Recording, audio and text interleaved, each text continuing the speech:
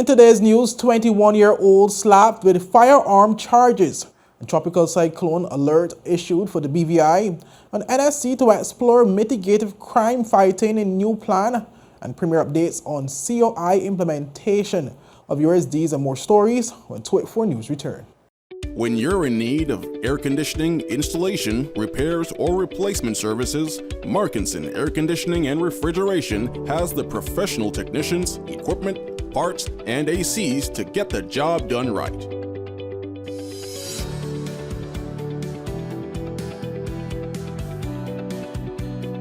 Markinson Air Conditioning and Refrigeration carries top brands like Daikin, Aircon, Mitsubishi, and more. We're open Monday to Saturday from 8 a.m. to 5 p.m. Located in Fish Bay. Telephone 340-4114 or 343-9511. Markinson Air Conditioning and Refrigeration, providing exceptional services to the British Virgin Islands since 2015.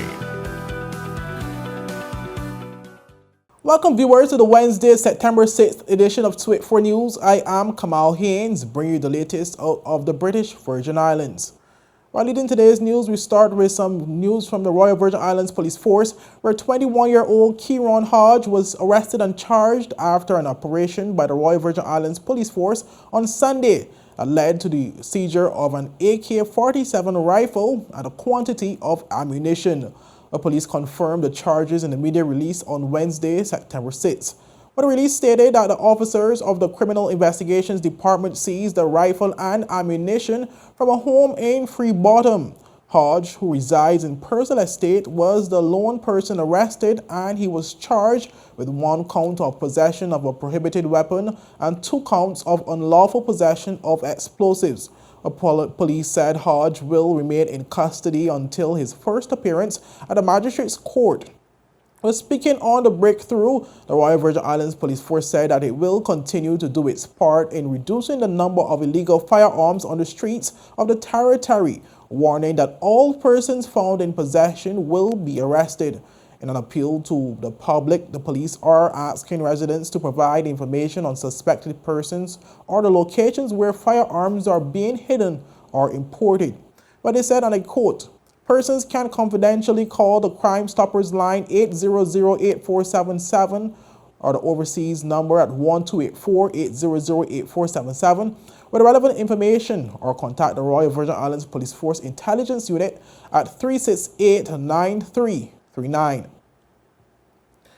While the British Virgin Islands and the rest of the Leeward Islands are under a tropical cyclone alert as regional authorities monitor the potential threat of Tropical Storm Lee, which could become a major hurricane in the next few days.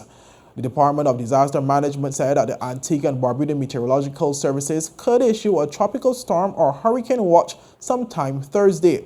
But depending on the forecast track of Lee, which remains pretty uncertain due to its notable distance away from the islands. What the department said, in the plausible worst-case scenario, the system poses a minor threat to the islands with the potential to cause limited impacts from storm-force winds and high seas, resulting in minor disruption to daily life. It's important to note that the assessment is subject to change as the system moves closer to the area and new information becomes available. As of 5 a.m. this morning, the center of Tropical Storm Lee was located near latitude 13.7 north, longitude 44.6 west, or about 1,260 miles east-southeast of the Leeward Islands, or about 1,460 miles east-southeast of the British Virgin Islands.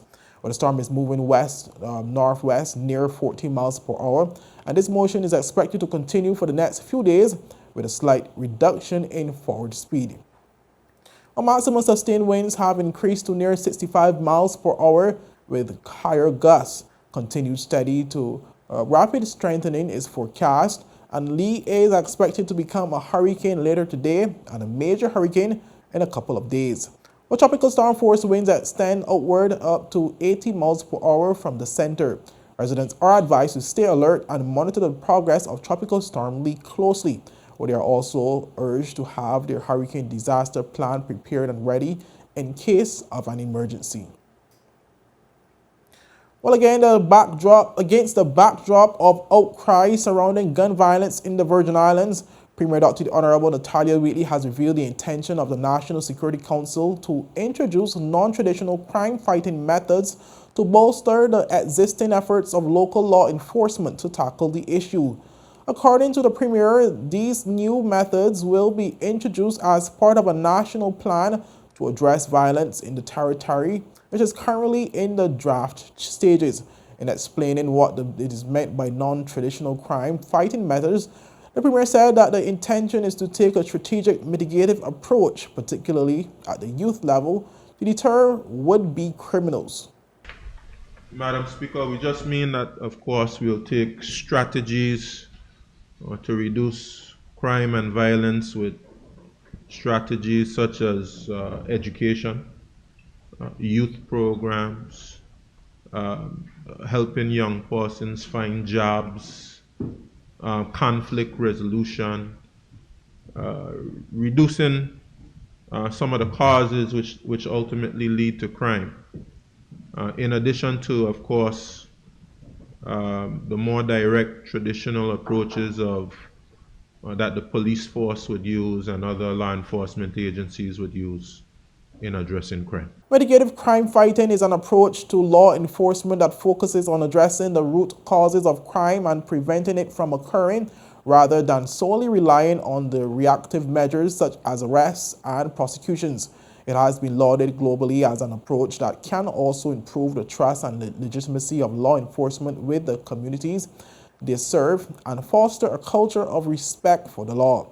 Mitigative crime fighting is increasingly being recognized and encouraged as a powerful tool for reducing crime and violence in even the world's most violent cities. Up next, Premier updates on outlook for CYI implementation on 188 persons officially diagnosed with dementia, true number likely above 300 in the territory. But these and more stories after a word from our sponsors. Father Jesus, that line here long like church service. Alright, do enjoy the rest of the day. Next customer line, please. Wait, hold on a second. Yes, Sonny boy, come, yes, son. Good morning. Good morning, Sonny boy. Hold on there. You must have cut fun topic. It's okay, I'll take care of it. What? No man to take care of me. How may I assist you?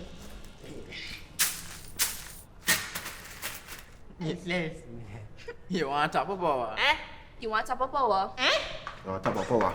Join the prepaid party with CCT and enjoy more affordable data plans, more top-up promotions, more savings with hero bundles, and more value for your money each and every Tuesday with Top Up Turn Up Tuesday. Visit a CCT store today or anywhere CCT Top Up is sold and top up your phone. 5, 10, 15, 20, 25, 30. You want top of power? Rashford made it. Manchester United have come from behind to lead. At home or on the go, watch CCT Live. Download our app and carry your favorite TV shows, news, or live sports anywhere you go. Visit cctbvi.com/live, select your package, and tune in. Looks like Johnny's ex-girlfriend finally found my car. You've got CG. You're fine. I'll never forget the year those monkeys stole my car. They drove it over a cliff, burned the seats, and carved the words pineapple banana smoothie into all the doors. And that was after they used it for the bank heist. I don't blame them. It's their favorite smoothie, and I refuse to share the recipe. No deductible for theft, malicious damage, and more. CG Insurance. Good like that. So you're saying I can ask this cat any question? The cat is connected to the computer. You just type in the question, it will read his mind. There the answer comes.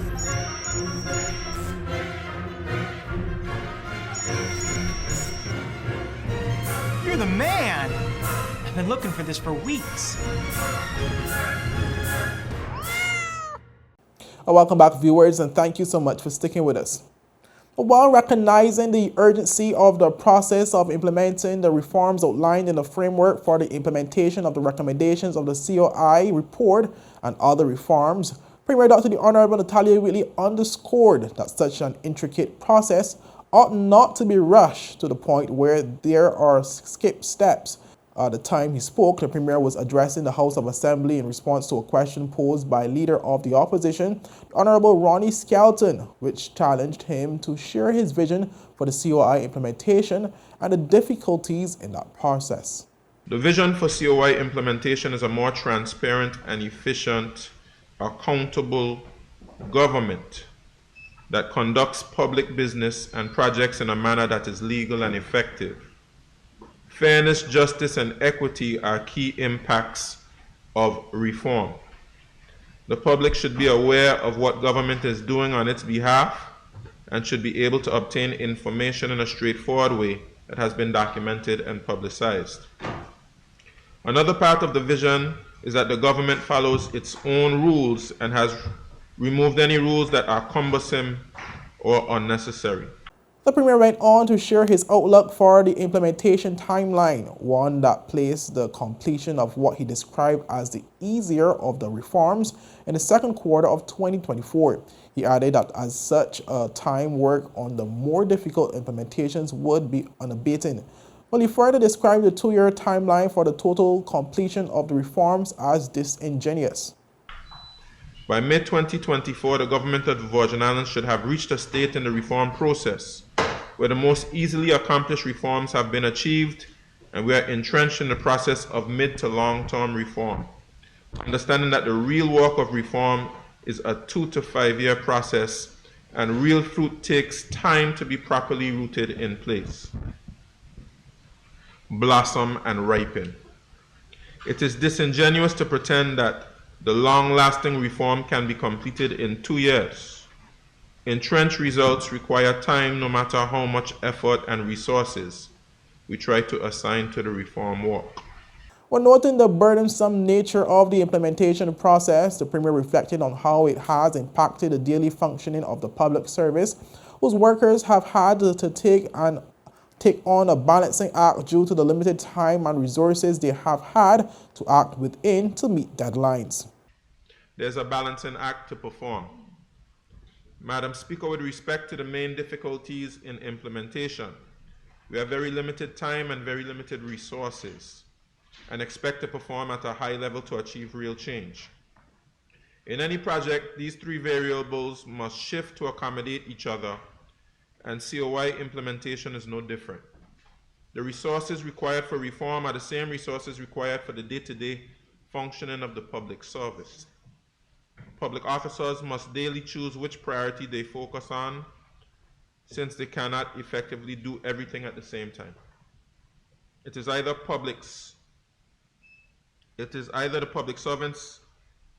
public service declines in its functionality, or reform takes longer and costs more. As it currently stands, Dr. Whitley reported the process is at the stage where time is required for proper analysis and consultation. While policy development and execution are important, he said such processes derogate from the necessary work of each ministry. He added that at this time, the onus is on the government and the House of Assembly to focus on the tasks at hand with ingenuity and resourcefulness. The government must prioritize the order in which it can and will tackle both its everyday public service work, which cannot lessen in quantity, and its reform implementation without increasing its budget. This requires all of us in the House of Assembly and government to focus with ingenuity and resourcefulness on the tasks at hand. Moving on, viewers, where some 188 persons have officially been diagnosed with dementia in the British Virgin Islands, with a true nature likely to exceed 300 based on scientific data. Our Minister for Health and Social Development, Honorable Vincent Whitley, made the announcement in a recent statement to commemorate World Alzheimer's Month. According to the World Health Organization, more than 55 million people have dementia worldwide, with over 60% of them living in low and middle-income countries. Through the National Health Insurance's database, the Virgin Islands Alzheimer's Association found that 188 persons in the Virgin Islands have been officially diagnosed with dementia. Data statistics from Alzheimer's Disease International estimates that worldwide, roughly 75% of dementia cases go undiagnosed. Therefore, it can be reasonably estimated that the number of persons living with dementia in the territory goes above 300. Wheatley said in recognizing the disease during the month of September, the campaign is pushing the theme, never too early, never too late. This year's campaign hopes to underscore the pivotal role of identifying risk factors and adopting proactive risk reduction measures to delay and potentially prevent the onset of dementia. This includes ongoing risk reduction strategies for persons who already received a diagnosis. The minister also addressed the worldwide paradigm shift of how Alzheimer's disease is perceived. Doctors and patients are beginning to understand that Alzheimer's disease and other dementias can start many years before symptoms start to become apparent. Nonetheless, the global number of persons living with dementia expected to triple by 2050. There's a greater need for a more urgent understanding and response to the risk factors associated with this condition. With no current cure for Alzheimer's, Minister Wheatley said is basically calling on residents to heighten their awareness by paying keen attention to the various risk factors that can lead to the disease. We must examine all our personal risk factors and find different strategies to mitigate our risk. New research from the Lancet Commission, a medical journal, indicated that 12 main risk factors over our lifetime can cause dementia, and modifying these risks could prevent or delay up to 40% of dementia cases. However, it takes advocacy, partnership, and the collaboration of public, private, and non-governmental agencies to tackle this disease and educate our community, thus slowing prevalence rates within the Virgin Islands, so we can keep these numbers from drastically rising. Wheatley also provided some risk-reducing tips to residents. Consume less alcohol and cease smoking. Maintain physical activities. Have your hearing checked regularly and use hearing aids if necessary. Avoid serious head injuries and take care in sports and motorbike riding from an early age. Ensure that all children have access to education and support and knowledge to maintain a healthy weight through nutrition and exercise. Improve sleep and maintain a healthy lifestyle for both brain health and overall well-being. Monitor all non-communicable diseases. The minister also reminded residents of the various services that his ministry provides to assist residents suffering from Alzheimer's disease. We currently have the Eastern Long Look and Carrot-based senior programs, which are supervised programs that promote the socialization of senior citizens with their peers. Studies have shown that feelings of loneliness and social isolation can be common among persons suffering from Alzheimer's disease and other types of dementia. This can further increase symptoms of conditions like depression and anxiety, which can lead to a faster cognitive decline. In addition, the Social Development Department also provides home care services for elderly persons, which can be accessed by families of persons with Alzheimer's disease. With this service, the department provides the highest quality service and care in a client's residence. This augments the care and services provided by the local hospitals, community-based clinics, and other healthcare facilities. Although we continue to do work to help members of our society who suffer from Alzheimer's, there is still a long way to go to properly educate the population on the far-reaching impacts of Alzheimer's. He also encouraged businesses and charities to hold events and raise awareness in the communities of the effects of dementia. Well, up next, Miss Teen BVI recaps Gibraltar experience, and Virgin Gorda Yacht Harbour presents a spectacular New Year's Eve celebrations. Well, these stories when 284 News return. At VI Motors, we've got it. All your vehicles, we've got it. All your auto parts, we've got it. Everything you need, we've got it. We've We've got oil. It's stock. We've got batteries. It's stock. We've got tires. It's stock. Even brakes. Yes, sir.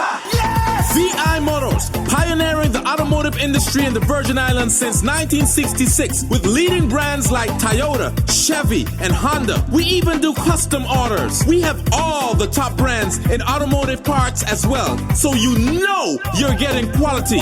Come visit us at Duff's Bottom, Tortola. Go to our website at vimotors.com or just call us at 494-2496. Remember, VI Motors, we've got it. All your vehicles, we've got it. All your auto parts, we've got it. Everything you need, we've got it. We've got it. That's out. That's 6. That's out.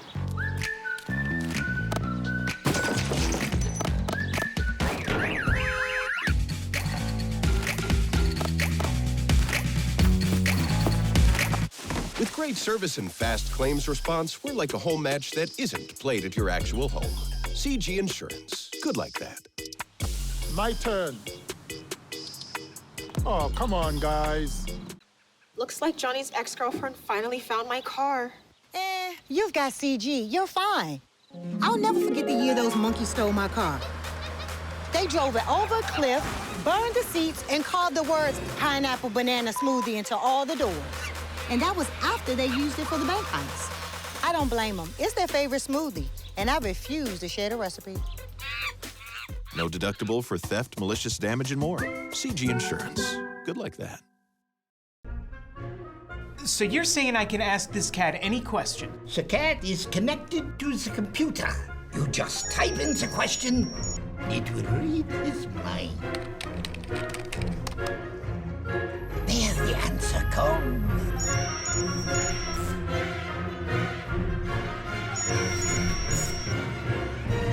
You're the man! I've been looking for this for weeks. Welcome back, viewers. Janae Deming, the reigning Miss Teen BVI, recently sat down with our Ron Grant to recap her experience at the Miss Teen Universe Gibraltar pageant as a guest judge. The Miss Teen Universe Gibraltar pageant was really, really nice. I had a lot of fun, actually.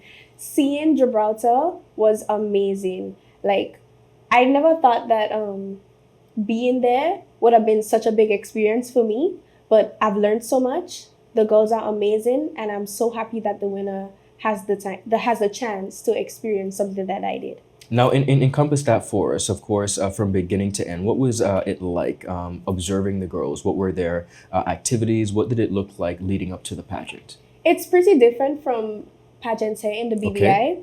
Okay. I would say that I love to see what the girls are doing. There's charities, and they have to be in a charity to do Miss Teen Universe Gibraltar.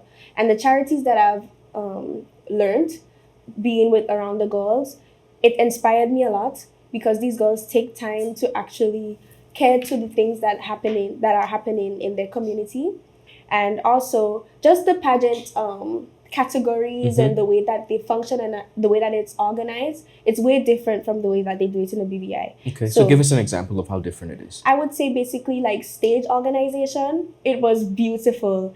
It was a stage in between two pools. Okay. And there was koi fish. That's how you pronounce it? Yes. Yes, and there was a strip. And that strip is where the girls could come, introduce themselves, show themselves off, and it's beautiful. The whole arena is beautiful. Demi went into detail about her main takeaway from being a guest judge at the international pageant.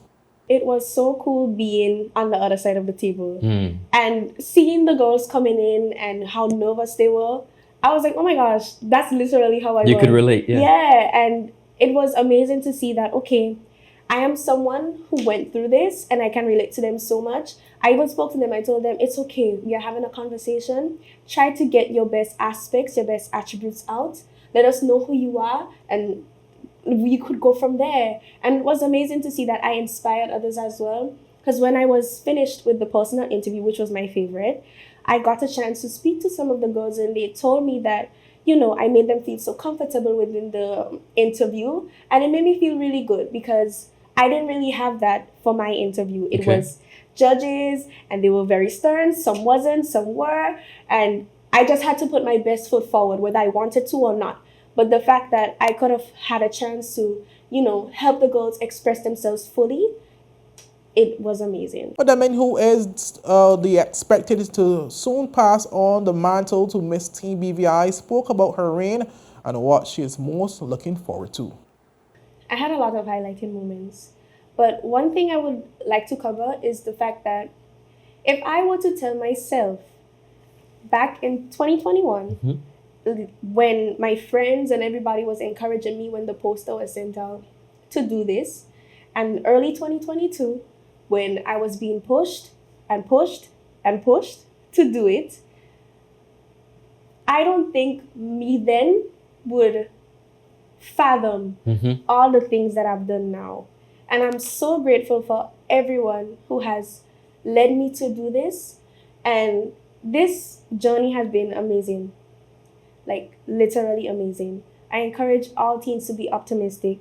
I encourage all teens to just go out there and do something. Whether you want to, whether you think, oh, I'm not sure, just do it. Because me then would have never taken that I've done so much. Wonderful. And I'm just happy for the experience. I'm very happy that I'm going to give it up. Not to say that I want to, because I really don't. But I'm happy to the point where I realize that, okay, another girl is going to have the same experience that I did. And of course, I would want that to happen for anyone else. Understood. Because it's amazing. So I'm happy that another girl would experience what I did. And in speaking on a charity that she wishes to support and promote, Deming spoke on mental health awareness. That's one of the biggest organizations that I will always continue to support. Beautiful. It is beautiful. Yeah. Like knowing that you are mentally aware and you are mentally stable is the best thing, because you can go head first in any obstacle. So mental awareness is one thing that I would continue to support all the way. Moving on to our final story, viewers, where the Virgin Gorda Yacht Harbor says that they are thrilled to announce its official New Year's Eve event. One more on this report.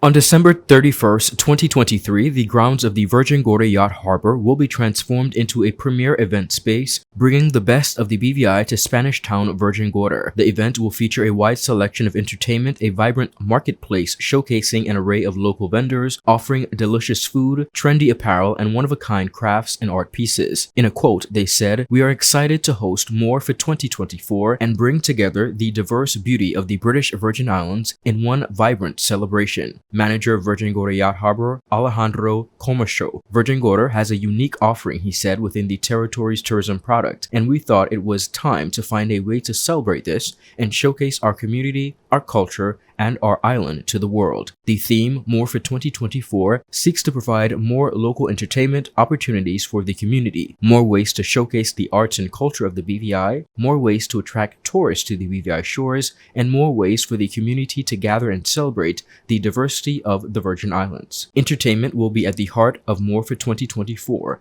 Event organizers have booked the Virgin Islands' premier live bands and cultural entertainers to help patrons usher in 2024 with the unique style of the Virgin Islands. Speaking on the preparations of the event, Komoshki says the team at Virgin Gorda Yacht Harbor, along with local contractors, have been busy with construction and renovations around the complex. He said last December it was decided that we would undertake a New Year's Eve event, and that has been the goal post we have been working with through 2023 to update the property both with its physical appearance as well as services and businesses. He also said, and I quote, "As we embark on a new year, More for 2024 aims to foster a sense of community, gratitude, and optimism. The event will feature a special moment of reflection to remember and honor the challenges and triumphs of the past year while setting our intentions of togetherness and more for the year ahead." Virgin Gorda Yacht Harbor invites everyone to join in its official New Year's celebration with picturesque views, exceptional entertainment, and a warm, welcoming atmosphere. This New Year's Eve celebration promises to be a satisfying end to 2023 and an exorbitant start to 2024.